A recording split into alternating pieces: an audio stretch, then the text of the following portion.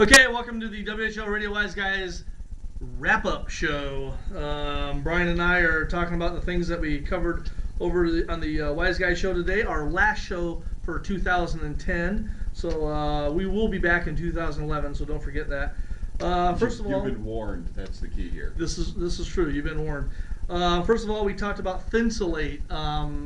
Brian, you said it's only been around since the 60s? Yeah, it was developed in the 1960s and really didn't hit the markets until the 70s. And frankly, I think about all the time that was spent living through weather that was as cold as it is now before people had Thinsulate, and I really can't even imagine that kind of a universe. I think, okay, here's a perfect example. Whoever came up with Thinsulate should win the Nobel Prize, okay? Not Al Gore, not Obama, the guy that came up with Thinsulate, because it's the greatest thing since sliced bread, I'm telling you. And I personally will not buy anything winter clothing wise that doesn't have Thinsulate in it. No, for myself. My kids, they can suffer like I did when I was young, but for myself, I need Thinsulate. I totally agree with you. That's why I was so interested in it. Okay. So that was good. We both wore Thinsulate probably in our jackets when we went to the dentist, respectively, yours and mine separately this week. Yes. Which it turns out, we at least had one text that suggested that dentists should stop recommending fluoride because they'd make a whole lot more money because everybody'd have more cavities without it. I'm pretty sure there's a law that doesn't allow them to do that, or a creed or something. I think it's more that they're going to fall under the code that they have to actually do no harm. I think they're probably covered by that. Yeah. Okay. We had a phone call on the show today, which I'm still disturbed about the person that called in, and they have an old computer that they want to update the BIOS on the computer. Yeah. And we have to explain that the BIOS is the little bit of software that sits on a chip on the logic board, and this is what allows the hardware of the computer to talk to the software that you're using, your operating system and your applications.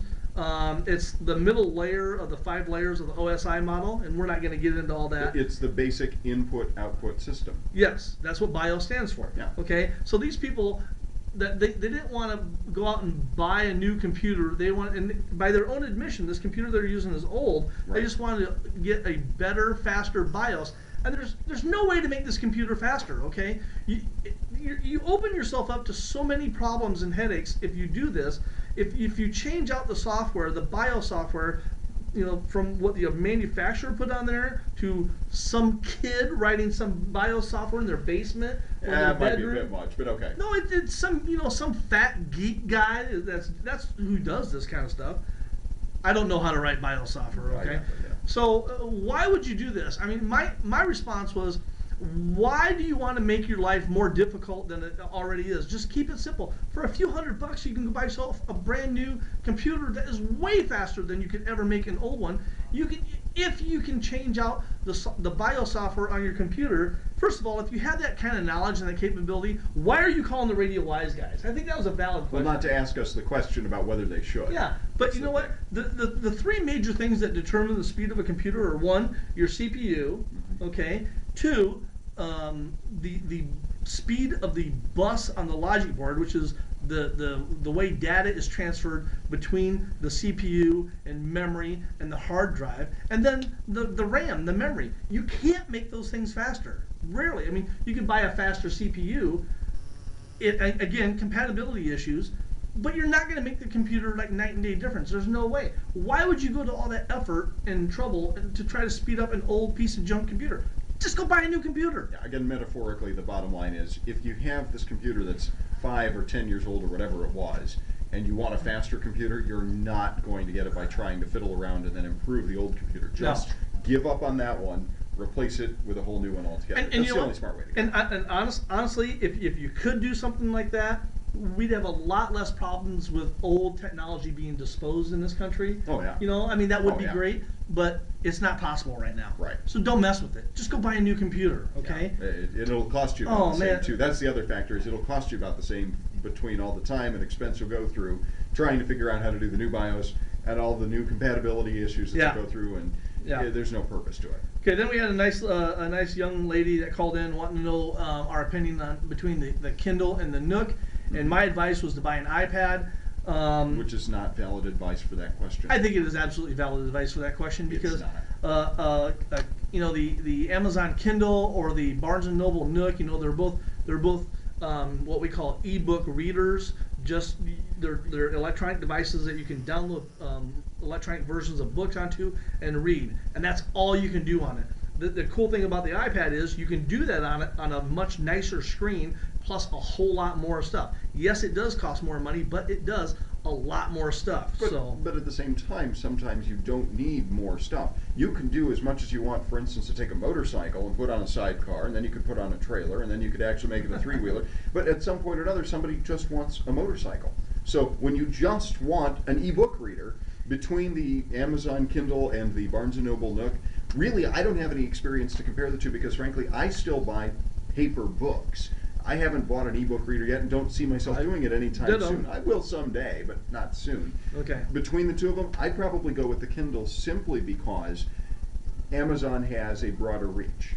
They deal, I don't think Barnes & Noble's Nooks are going to be around forever. Well, I don't think it's doing very well. I think the Kindle has a better established market position and thus will probably be the one that will last longer. It will be available for longer and it will be developed longer. So I would agree. I would probably go with the Kindle versus the Nook, not having really compared them side by side on a technical basis, but based off of what I expect to still be able to buy in a few years. I don't want it to turn into like buying an Amiga computer back in 1999. Hey, you leave Amiga computers. Amiga was the great computer system. But you can't buy it anymore.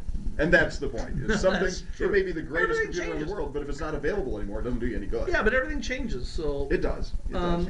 All right. So moving on, and then we talked about tablet computers like the iPad and the Samsung Galaxy, and right.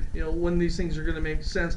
I've said this ever since the iPad first came out. What we're witnessing is the beginning of the end of the laptop. I think tablet computers like the iPad and some of the others that are coming out on the market are going to start taking over, and I think you're going to start seeing fewer laptops being produced. We're already starting to see fewer netbooks being produced and purchased. So I think it's the beginning of the end, and I think that's the way that everything's going. It's Steve Jobs has said this is what needs to happen, and he's decreed it, so this is what's going to happen. And I see the tablet PC, or the tablet computer in general, as maybe a substitute for the netbook, but not really a substitute for the laptop. Now, I could see a future in which there are more tablet PCs or tablet computers than laptops, total. But that would be because the price for those tablets would have fallen. And I think the price for the tablet has to go down to about $200 or probably more like $150 before a lot of people will really latch onto them for really good reason. Simply because I think it needs to be at the point where if everybody in the family has a tablet computer and they're watching their own television set, that costs the same as a brand new flat panel TV for the family room. I think it has to be at that price equivalence where people are comfortable having a number of them and having them be essentially a throwaway device, something you don't bother trying to learn how to program or fix or whatever goes wrong, something you just replace. So I think it has to hit that $150 to $200 price point before it really makes sense. Doesn't mean people won't buy it before that. I don't disagree. Things are going to get cheaper. Technology always gets cheaper as we go along, but then again, they're always coming out with new and better technology. It costs money to develop this technology, and it has to be paid for at some point. It's like the old saying, you hear about the guy that goes to Vegas and wins $1,000. Well, that's great, but for every person in Vegas that wins a bunch of money, there's a whole lot more people that got to lose money.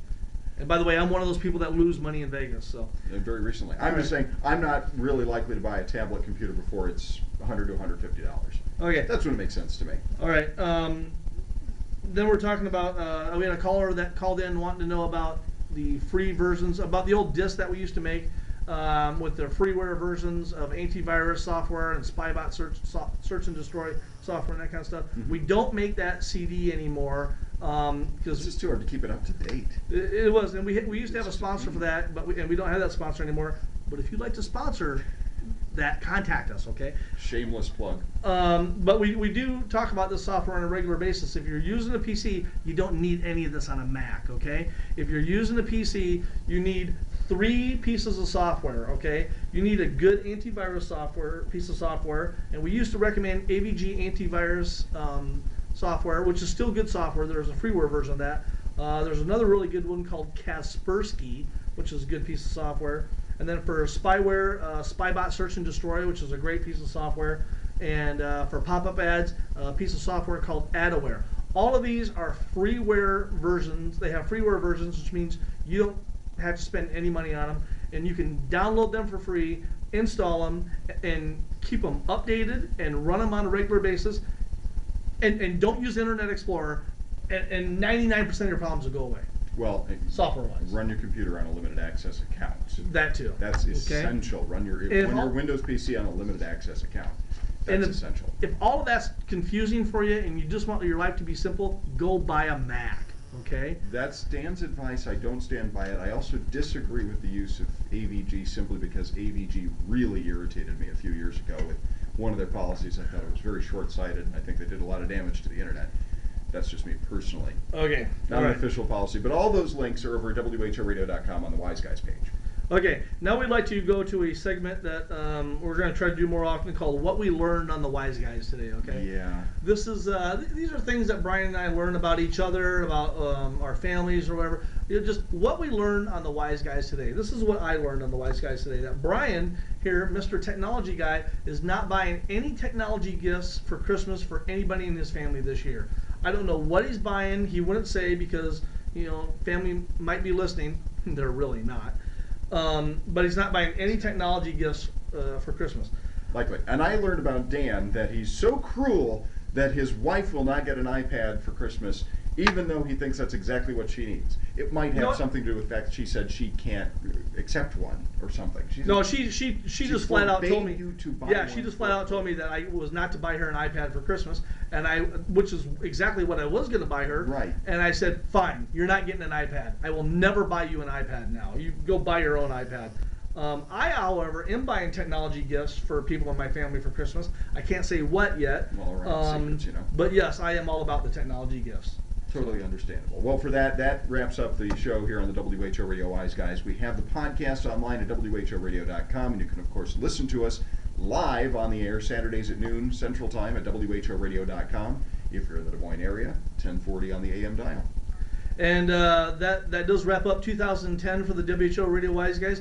We will be back here on New Year's Day, okay? We are here because we want to help you. So come back, tune in. Right here, 1 o'clock Central Time on WHO Radio. You can also catch our podcast on our website and on YouTube and anywhere else we can possibly think of to put them. So you like that. Yeah, we'll do all that and more. Hey, thanks for being great listeners. And without you guys, we wouldn't be doing what we're doing. Thank you very much. We love you. And we'll be back in 2011. Thanks for tuning in. This has been Brian and Dan on WHO Radio Wise Guys, News Radio 1040, WHO.